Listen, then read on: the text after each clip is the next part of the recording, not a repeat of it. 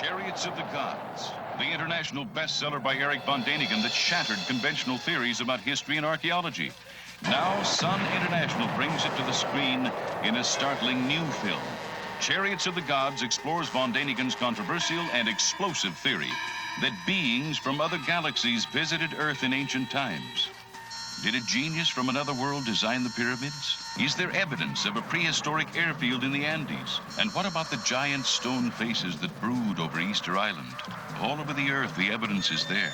For an intriguing, fascinating, mind-opening experience, see Chariots of the Gods, rated G.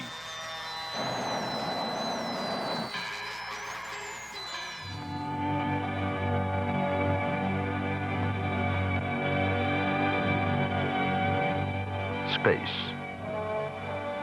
An endless tapestry of stars reaching toward infinity. Scattered through its vastness are 100 billion planets on which life theoretically could exist. If only 1% of that life is intelligent, there could be 1 million civilizations out there. And of that million, it is conceivable that one discovered the secrets of space travel. It is possible that ancient astronauts went in search of life beyond their own world and found it on the planet Earth. The existence of other intelligent beings in the universe intrigues the men of tomorrow's science, the exobiologists, students of life in outer space. Dr. Harold P. Klein of NASA's Ames Research Center. The knowledge that this kind of life that we know of in this planet is not the only one will have very profound influence, whether that other life is more advanced or less advanced than we are. The very knowledge that life can originate spontaneously will have, I believe, very profound effects on the thinking of man in terms of what he is and what his role is in the universe. Now, it has been suggested by other people that maybe life on Earth was brought here by a visitor from another planet. Dr. James Lawless.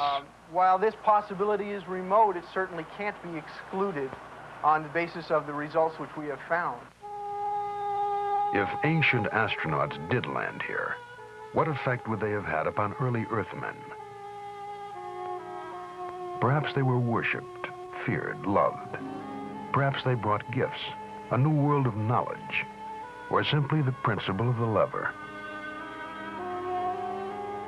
If we accept the premise that beings from another civilization visited here ages ago, then some of the mysteries of our past take on a new and startling light.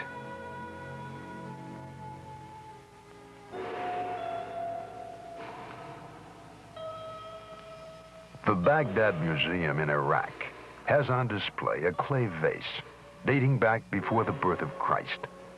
The vase is also a 2,000-year-old battery. A small copper tube is placed in the narrow neck, and a rod made of a metal alloy is inserted in the copper tube.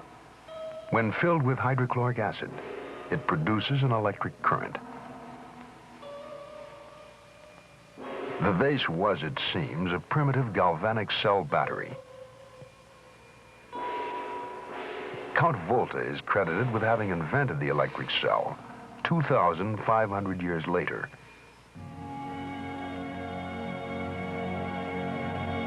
Was the secret of electricity revealed to man thousands of years ago?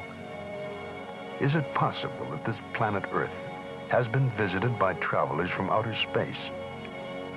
Did they wander through the throbbing light years of the universe in search of other life and find it here?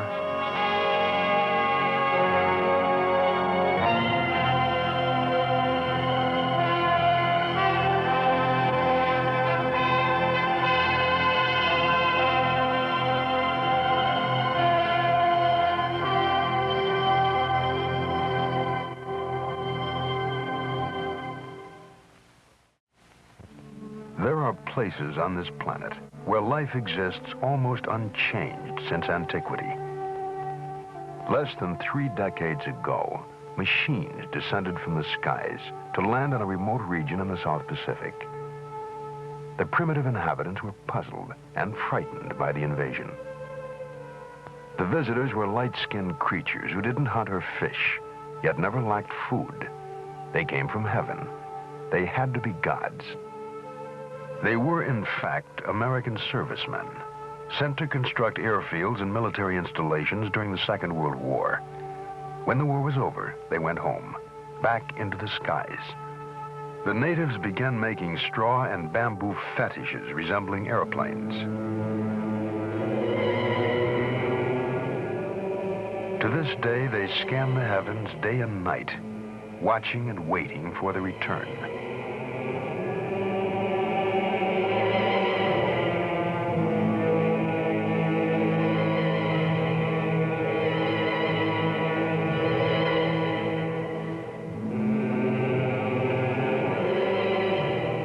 A new religion, a new cult was born from the encounter between a primitive people and visitors from a highly developed, technically superior society.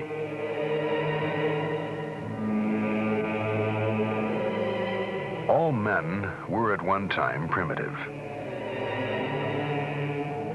It is possible to imagine that our own forebears may well have reacted in the same way to visitors from outer space.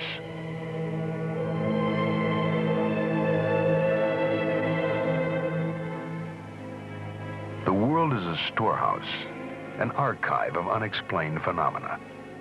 Gigantic creations, in effigy of what? To appease or acclaim whom?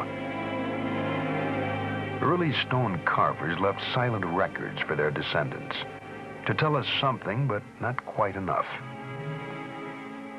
Statues modeled after strange beings, statements to the scope of their awesome powers.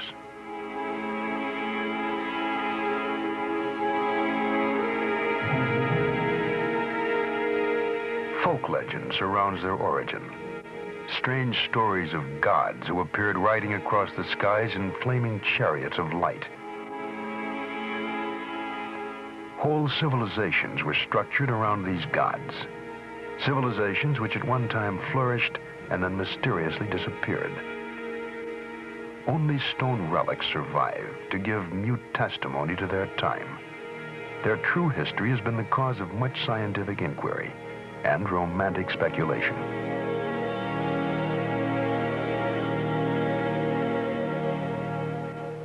Erich von Däniken, a German professor possessed of the mind of a scientist and the imagination of a romantic, wrote a book called Chariots of the Gods.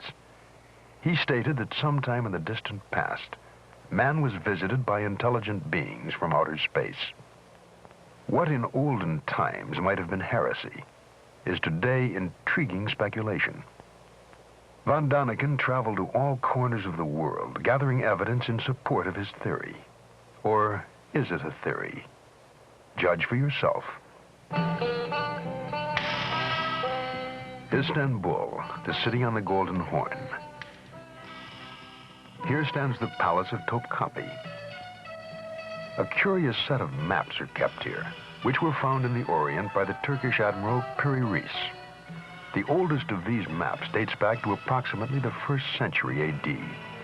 They are most likely copies of still earlier maps. As astronauts high above Cairo, we would view the Earth in the configuration seen on the old maps. The outlines of the modern maps are the same as the pattern visible on the Piri Reis charts. Another map in the collection shows a region which is still largely unexplored, the Antarctic. The existence of Antarctica as a continent was only established in the 19th century, and it wasn't even explored until 1911 by a Norwegian, Roald Amundsen. The map dates from 1532, a time when the techniques and basic equipment were unavailable to determine longitude. The question lingers: what was the source of information?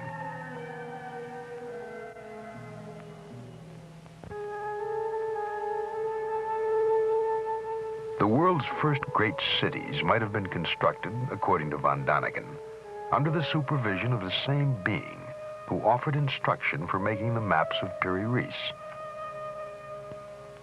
Teotihuacan lies on a broad, flat plain curtained by mountains in central Mexico. It was once the center of the highly advanced Aztec Empire.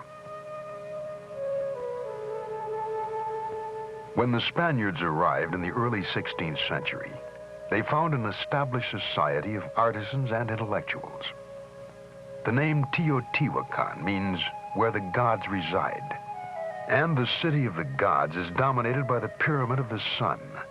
It is 216 feet high and forms a small mountain weighing 2.5 million tons. The Aztecs worshiped the sun as the source of all life. They offered human sacrifices to the sun god atop stone pyramids marked with hieroglyphics, vague symbols relating the history of an ancient people. Archaeology seeks answers to questions about man's past by digging through what he has left behind. Here they uncovered a chain of riddles which stretches across the expanse of modern Mexico. A mile to the south is the Temple of Quetzalcoatl. Legend tells us that he was a light-skinned, bearded man who came from the stars.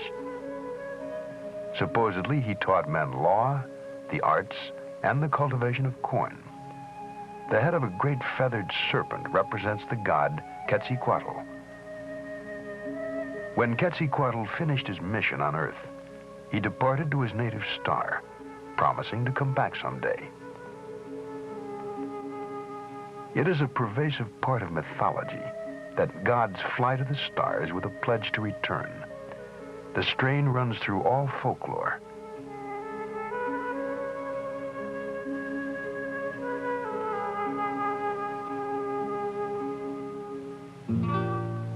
The ruins of the deserted city of Tula rest about 20 miles from Teotihuacan. It was one of the cities supposedly linked in legend to a ladder hung in the sky. Monumental sculptures stand as silent watch over the remains, guardians of an eternal mystery. They appear to be warriors, dressed alike, wearing unusual helmets. They carry some sort of box-like unit on their chests. Perhaps they are weapons or communications equipment. Unrecognizable tools or controls are clasped in their hands.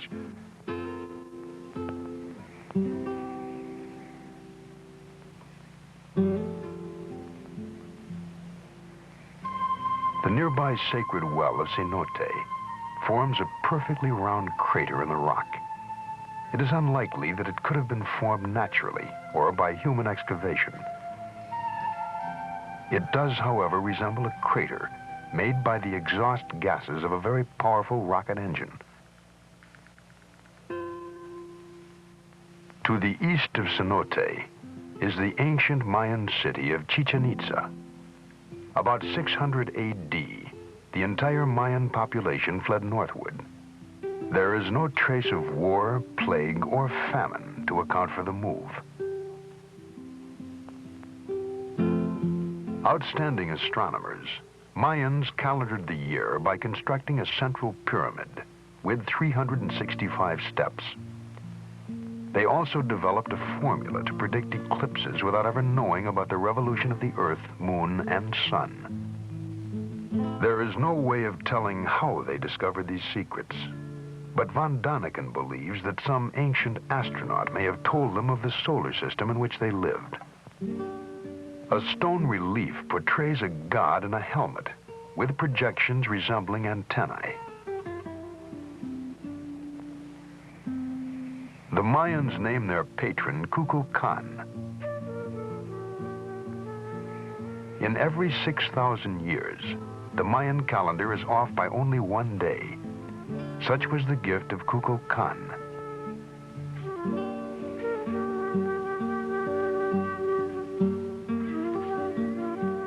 Kukulkan supposedly came from the stars and returned to them, leaving the Mayans to build observatories to search the heavens for him.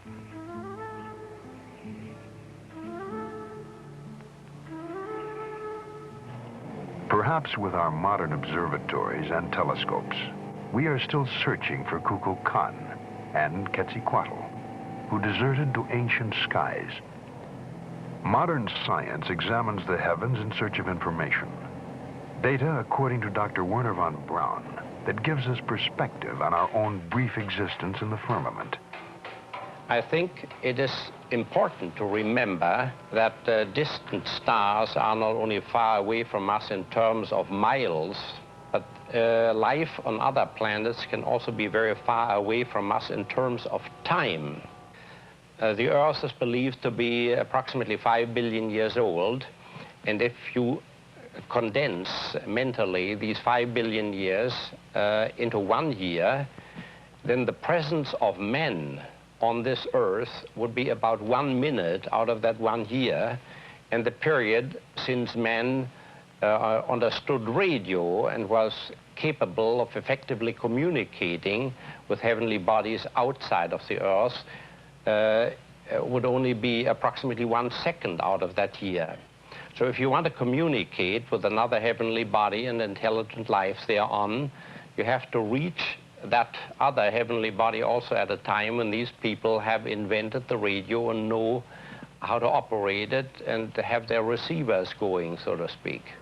But we had no receivers going, even a mere 50 years ago. We were too busy with the steam engine and the biplane. Dr. Harold Klein.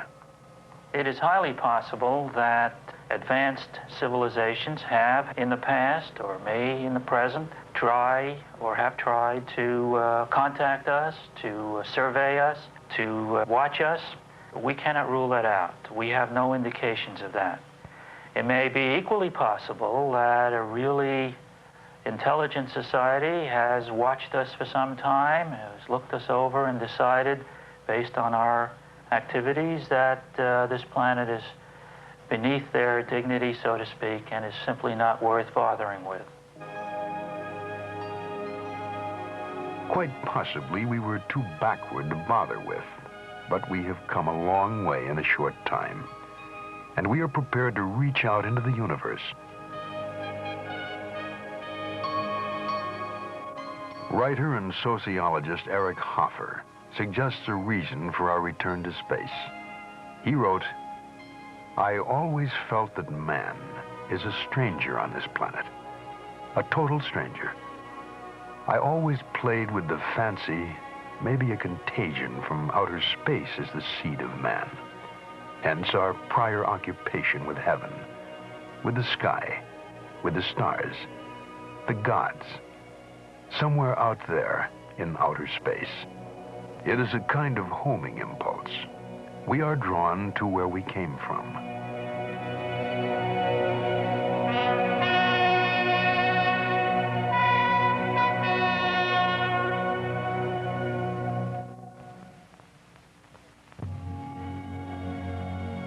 In the 7th decade of the 20th century, the landscape of the moon became familiar. Man went to the moon on his first mission in search of life. With him, he had to take his own life support system. He was encased in a portable environment, susceptible to deadly radiation. If space travelers from another planet were to visit Earth, they too might find the environment hostile, if not deadly. They too would have to travel as self-contained units. But whatever their basic forms, in appearance they may have resembled modern astronauts. On a rocky ledge in the Sahara Desert is a drawing estimated to have been painted there over 15,000 years ago.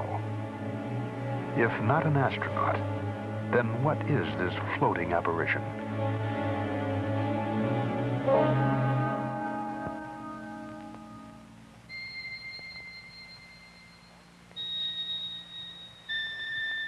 Henri Loti, the early French archaeologist, discovered the image of the 19-foot giant and called him the great god Mars.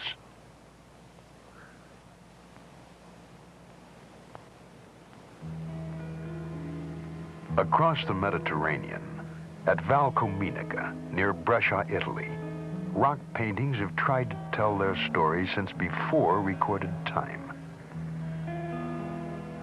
They are portrayals of strange beings in bulky overalls. Their helmets seem to carry antennae. In their hands are clasped some manner of tool or weapon.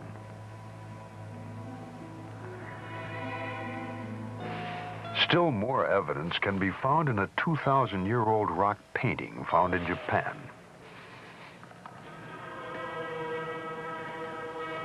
In the rough, rocky countryside of northwest Australia, there are scores of rock paintings which date back far in time. Drawings which are probably some of the earliest messages from prehistoric man. Sketches represent the activities of one Gina, a legendary goddess of the Milky Way. She too came from heaven to instruct the children of Earth. Von Daniken believes there were models, possibly even one model for all the deities found recorded in rock.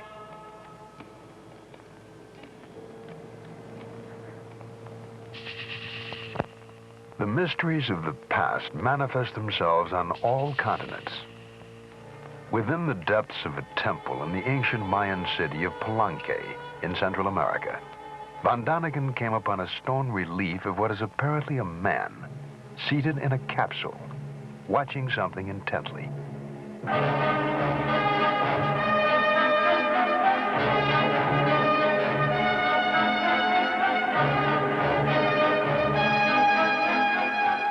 His hand seemed to be operating some undefinable controls.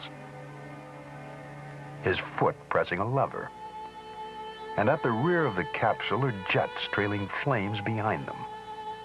He seems to be dressed for the job, in trousers with a broad belt, a sort of jacket, tight-fitting at the wrists.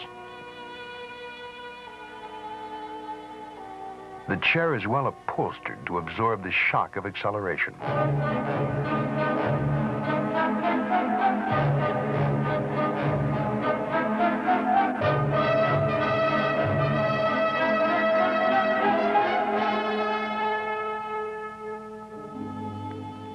Mayan legend says that he represents their space-traveling god, Kukulkan, the winged god of Palenque.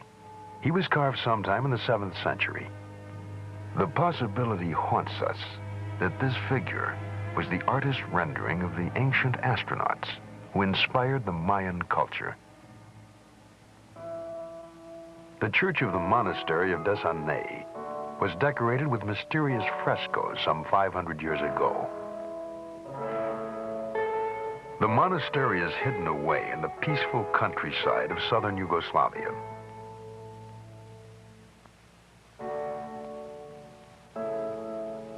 High above the chapel, almost out of sight, the fresco silently challenges our minds with its startling story. It depicts what may have been the first air battle to be witnessed by man, almost 500 years before the known discovery of flight.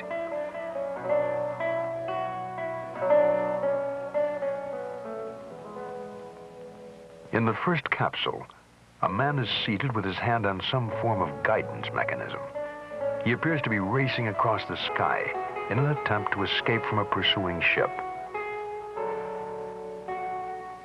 We can easily imagine jets at the rear of these aerodynamic forms.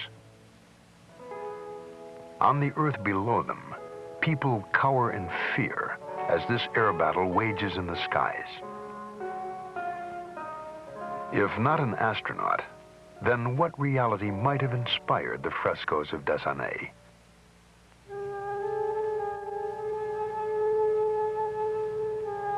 Myths, legends, legacies of ancient man have not all been lost in ambiguous reference. History is the scribe of man. There are records in cuneiform, Sanskrit, Amharic, Tibetan, and languages which have not yet even been deciphered. New texts are constantly being discovered. Some, like the Dead Sea Scrolls, are readily understandable to scholars. Translating other fragments of written history is laborious and time-consuming. Only a minute fraction of surviving texts have actually been transcribed.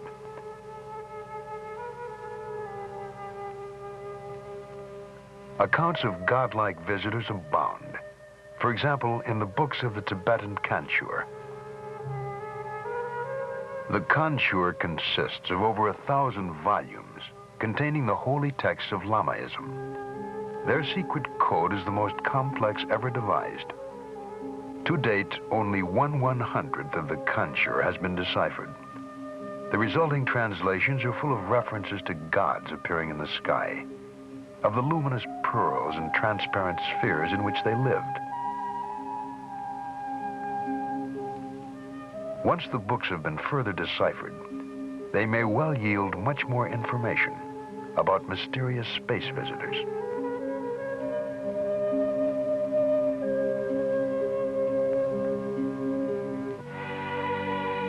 Closer to Western civilization, we have one of the world's most detailed records, the Bible. The Bible says that the Lord caused to rain upon Sodom and Gomorrah brimstone and fire. God sent his messengers to warn Lot's family of impending disaster. The angels told Lot, "Flee for your life. Do not look back. Flee to the hills lest you be consumed." The messengers were insistent that he leave the city immediately. Von Daniken wondered if they had foreknowledge of an impending cataclysmic explosion.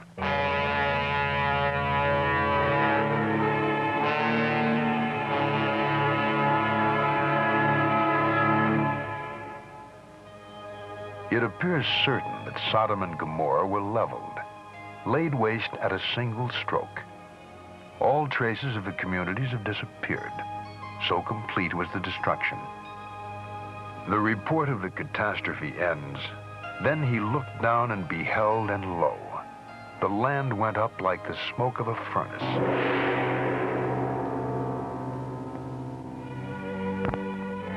Mount Horeb in the Sinai Range rises more than 6,500 feet above sea level. Here Moses received the 10 Commandments. Here, too, he was given the blueprints for the Ark of the Covenant.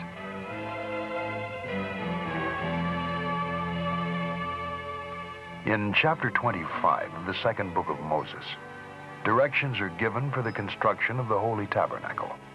"And they shall make an ark of acacia wood, and you shall overlay it with pure gold within and without shall you overlay it.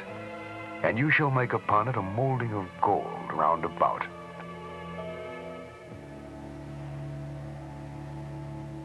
Moses was to provide special shoes and clothing, which would properly insulate his workmen.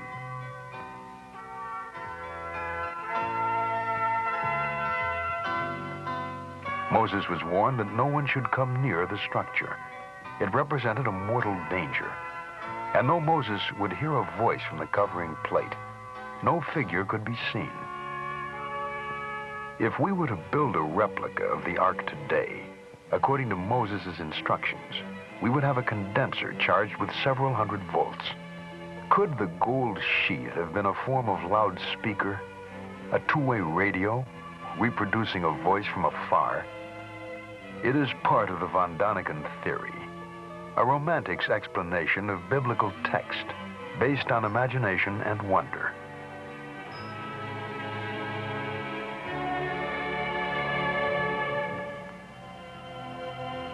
In the fragmentary histories from the Bible to the scripts of Babylon, there are tantalizing views of Earth, seen from the distance, seen from space, seen by whom? Was it the vision of ancient astronauts communicated to the primitive population of a still young planet Earth?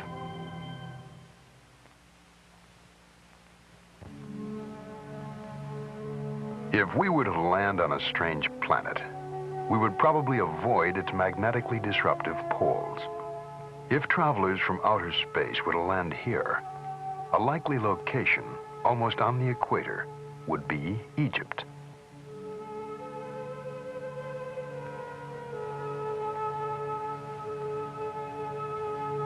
The pyramids, eternal mysteries in themselves, provide additional evidence to support the premise that Earth was visited by ancient astronauts. The Great Pyramid rises to a height of 477 feet. 2,300,000 stone blocks, each a crushing 2.5 tons, each perfectly fitting, climbed toward the sky. The stones were transported from the Macadam Mountains on the far side of the Nile.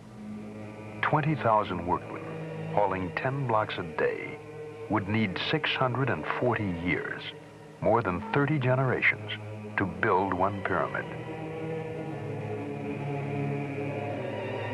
To some, the massive structures were not designed as tombs for the pharaohs, but are in reality vast astronomical calculators. Passageways, for example, from the interior, point directly at the North Star, the way back to the heavens. If we multiply the height of the pyramid by 1 billion, it equals almost exactly the distance from the Earth to the Sun. At the end of the 16th century, the Dutch mathematician Ludolf arrived at the figure pi, by which one can determine the circumference of a circle. If we divide the perimeter of the base of the pyramid by twice the height, we get exactly the figure pi, which Ludolf only found 4,000 years later. All the evidence leads von Däniken to conclude that the pyramid is linked to the arrival of visitors from outer space, and that they may have used it as a marking place, a map reference for navigation.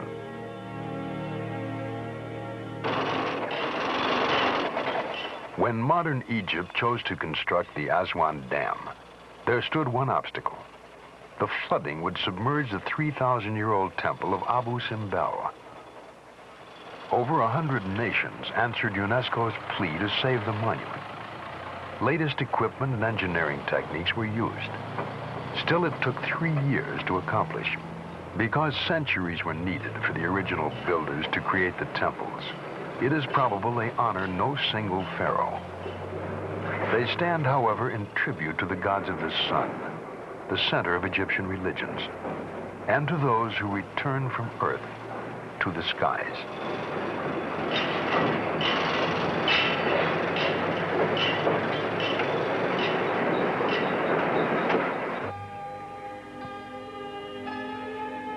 The Salisbury Plain lies along the Wales border. A large mound rises ominously from the level expanse. The legend surrounding it suggests that it was a place of burial, not unlike the pyramids of Egypt. Close by stands Stonehenge, rock formations strewn about like so many toy blocks. It is believed to have been built 2,000 years ago. According to legend, Merlin, the magician of King Arthur's court, transported the huge slabs by magical incantations from what is now Scotland. Recent studies have employed computers to measure the distances and placements of the stones. These findings prove to some extent that Stonehenge served as a giant calendar and observatory. By visually lining up specific points, an almost exact calculation can be made as to the movement of the stars and planets. Even with computers, it has taken us years to arrive at these figures. 2,000 years ago, this area of England was inhabited only by primitive tribal people. Some still believe that Stonehenge is a temple built by the ancient Druids, the priests of the pagan Celts, and was the site of witches' conclaves and human sacrifice. The Druids still exist and continue to conduct their religious services on this site. It has been suggested that the Druids may not have built this place, but simply taken it over as their shrine. If so, then there is no trace of who might have built and left it behind. Tribes that vanished, whole civilizations that disappeared. It has happened too many times to be coincidence.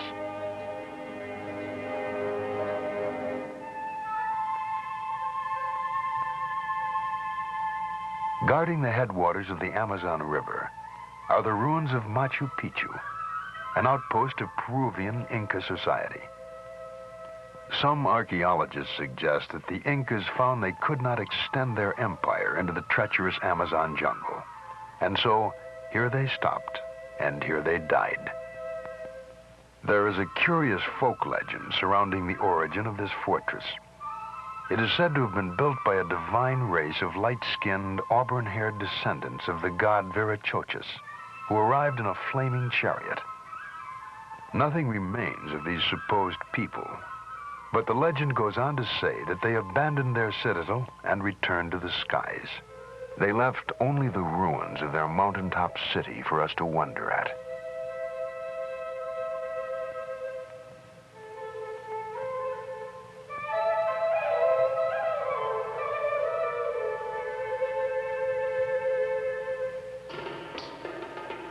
The construction of defensive citadels was common to many tribal communities. On the African continent and the bushlands of southern Rhodesia are the ruins of Zimbabwe, meaning the heart of the lion. It is constructed of brick-shaped granite rocks, all exactly alike as if produced in a factory. 20,000 tons of identical building stones. They were laid to a height of over 30 feet to form walls which have stood for thousands of years. What masons trimmed and piled these stones with such astonishing perfection? Were they the ancestors of bushmen whose straw huts surround the ruins, or members of a visiting group of master builders? The mystery carried Van Daniken back to the Valley of the Kings in Egypt near Luxor. The valley was another royal burial ground of the pharaohs, the god kings. Not pyramids of stone, but a small mountain range converted to the use of the dead. The entrances were hidden, little more than windows into the rock, with steep stairs and winding passageways leading to the tomb of the 9-year-old pharaoh god Tutankhamun. The crypt is hollowed directly out of stone, and incredibly intricate murals decorate the walls and ceilings. Archaeologists have carefully studied the markings and meanings, but Van Daniken points out one interesting fact. They could not have been painted by firelight. The ceilings show no trace of soot, and so no torches or oil lamps were used. What then was the light source? Markings found in this and other tombs are portraits of the god Osiris. Osiris played an important role in Egyptian religious belief. After giving knowledge to the world, he left the earth and exists in the heavens. Each dead pharaoh, the kings of earth, joined the spirit of Osiris in the heavens. Their mummified remains were prepared for the journey.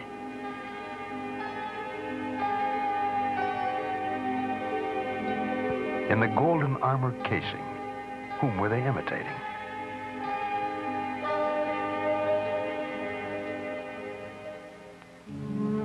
Outside the cave crypt stand the remains of the ancient mortuary, the temple of Amenhotep III.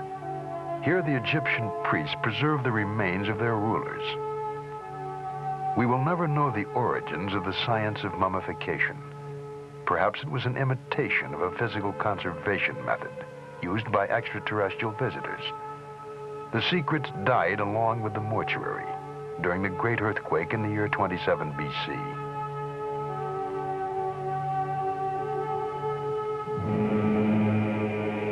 Some distance away, guarding the entrance to this temple of the dead, rests the Memnon Colossi, 2,000 years old, 52 feet high, each weighing over 1,000 tons.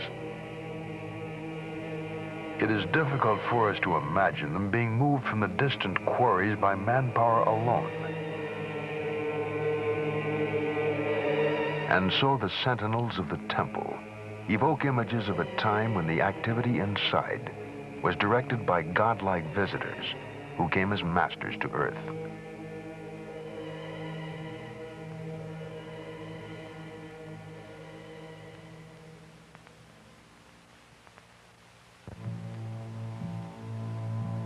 The Sphinx, symbol of the riddle, the eternal enigma. The head of a man, the body of a lion. This fierce stone creature faces the rising sun, the flaming chariot of the Egyptian gods. It is meant to protect the sunship when it lands to carry the pharaohs back to the heavens.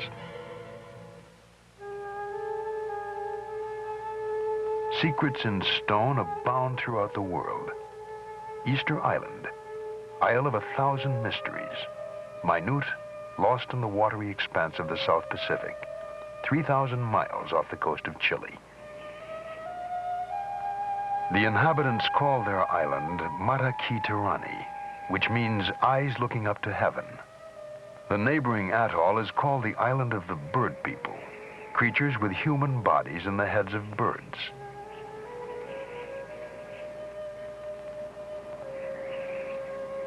Von Daniken suggests that these bird heads could also be helmets equipped with a type of mask.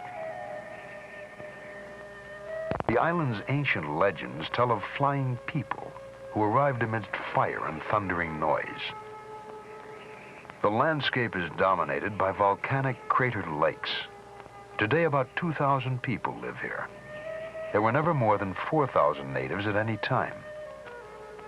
Of the total population, 70% were women, children, or the elderly. The majority of able-bodied men was needed for the production of food. Thus, the number of workmen was so small that it would have been impossible for them to create the more than 600 gigantic stone figures found everywhere on the island.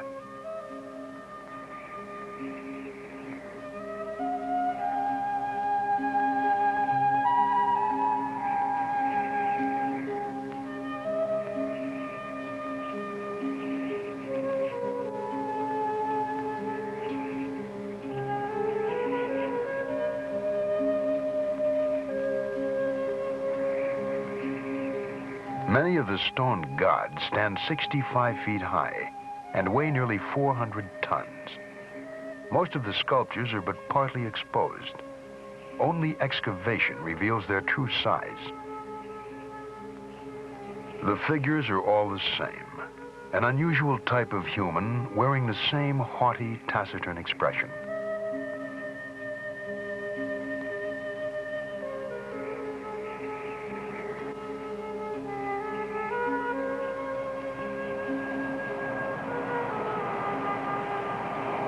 One statue, unearthed by explorer Thor Heyerdahl, suggests man's role.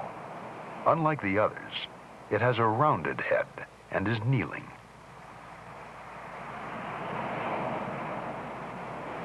The workshop at the volcanic crater, Ranorara-Ku, has stone so hard that repeated hammering with a stone chisel hardly scratches it. The colossi carved here were removed to distances as much as 12 miles from this location. There was no army of slaves for labor, no wood for rollers, nor the slightest traces to suggest that the sculptures were dragged across the island. And so they lie here, mute, eyes looking up to heaven.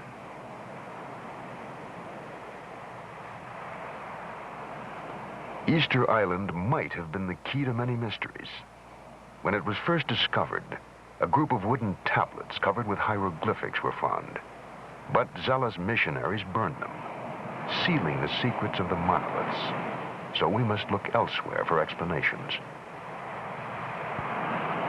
The legends of Easter Island claim that the stone giants moved themselves with the help of mana, a mysterious force which only 2 priests could invoke, and that one day the priest disappeared, and so did the mana. What was mana? Von Daniken wondered if there were strangers from other planets possessed of extraordinary powers. Did they have the ability to defy the laws of gravity? To this day, Easter Island exerts an unusually strong magnetism. The report of a French expedition in 1964 ends as follows. Since there are inexplicable magnetic forces and unusual geological phenomena on Easter Island, one cannot exclude the possibility of extraterrestrial contacts.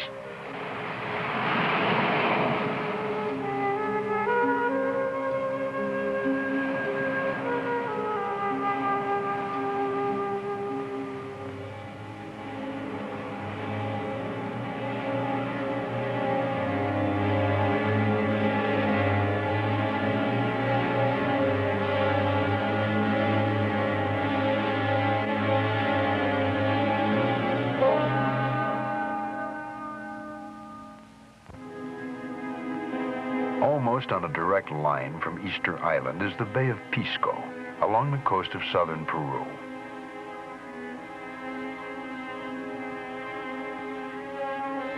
From the ground, there is what appear to be a meaningless set of lines. But from a high altitude, they form a trident 300 feet long, pointing the way inland. Pointing the way to what?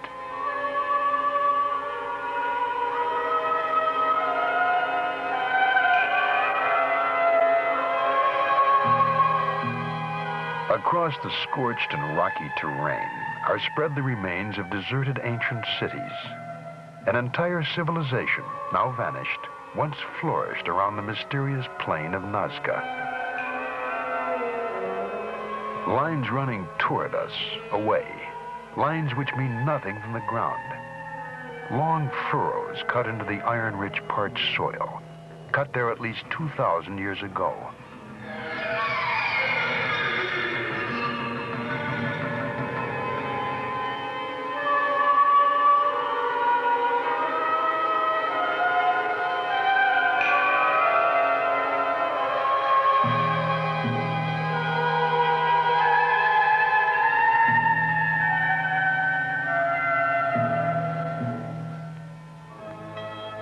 From a great height, from an aircraft, for instance, the lines fall into focus. We see a spider, an eagle,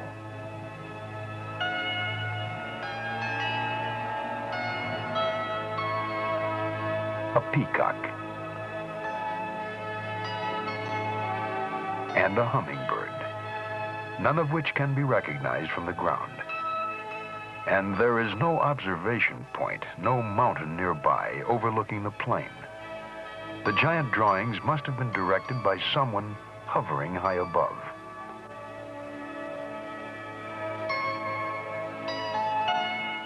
Straight as arrows, one huge geometric puzzle. Some lines parallel, some intersecting, starting nowhere and ending nowhere.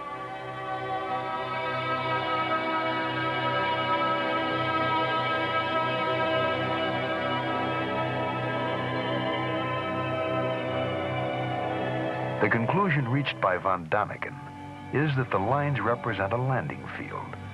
The plain of Nazca is a gigantic abandoned airport.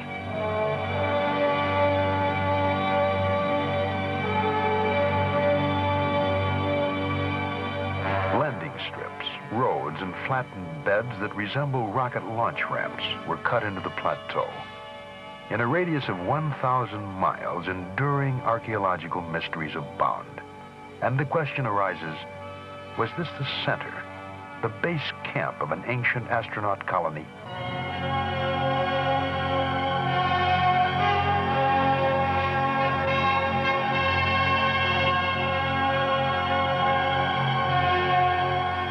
Around the world, we have seen carvings in Japan, Egypt, Australia, Yugoslavia, and all bear a striking resemblance to the carvings at Nazca.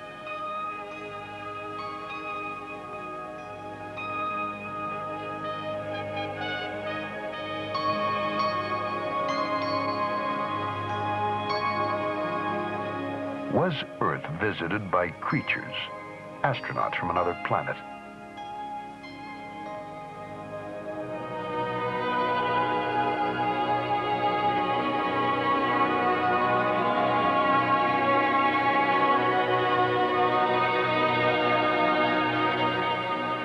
We have only fragments, but look up into the sky some clear starlit night and allow yourself the freedom to wonder.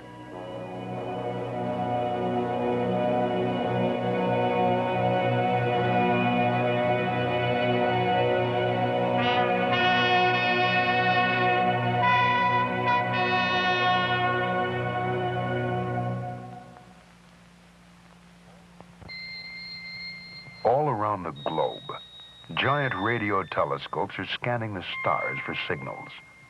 Some are even sending signals, not to anyone in particular, but to anyone who may be able to hear them. By some incredible coincidence, Perhaps we will establish a dialogue with an extraterrestrial community, even if that conversation is only a matter of meaningless blips and dots. NASA recently launched an aluminum greeting card into space, addressed in effect to whom it may concern. Etched on the plaque are the nude figures of a man and a woman, 2-digit computer code numbers, and a diagram showing Earth's location within the 9 planets of our solar system. A message to whatever intelligent life there may be in the universe. Hello from Earth to some wandering ancient astronaut. NASA is especially interested in the possibility of life on the planet Mars. The Jet Propulsion Laboratory in Pasadena, California, has had a direct line to Mars via the Mariner 9 spacecraft, which has been taking extensive photographs as it orbits the red planet. Mars is a world significantly like the Earth in terms of atmosphere, temperature, and gravity. It is also the closest and easiest to explore in depth. To date, no recognizable life has been detected. But the same was true of previous Mars missions. The last time photographs were taken, scientists agreed that there was definitely no life on Mars. However, the smallest area the spacecraft's camera could focus on was 3 miles wide.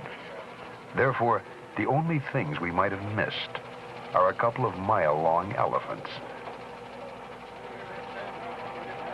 Dr. Carl Sagan is one of the directors of the Mariner mission exploring Mars, and he has a special interest in the possibilities of intelligent life in the universe.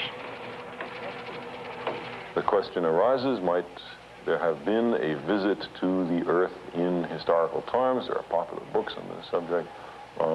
It's an idea which people find exciting. It's a kind of scientific justification of theological belief which people would rather believe in any case. It's a kind of modern dress for old-time religion. Well, what about that? Is that possible or not? I can only say that you can't exclude the possibility, but there's not a smidgen of evidence that is compelling.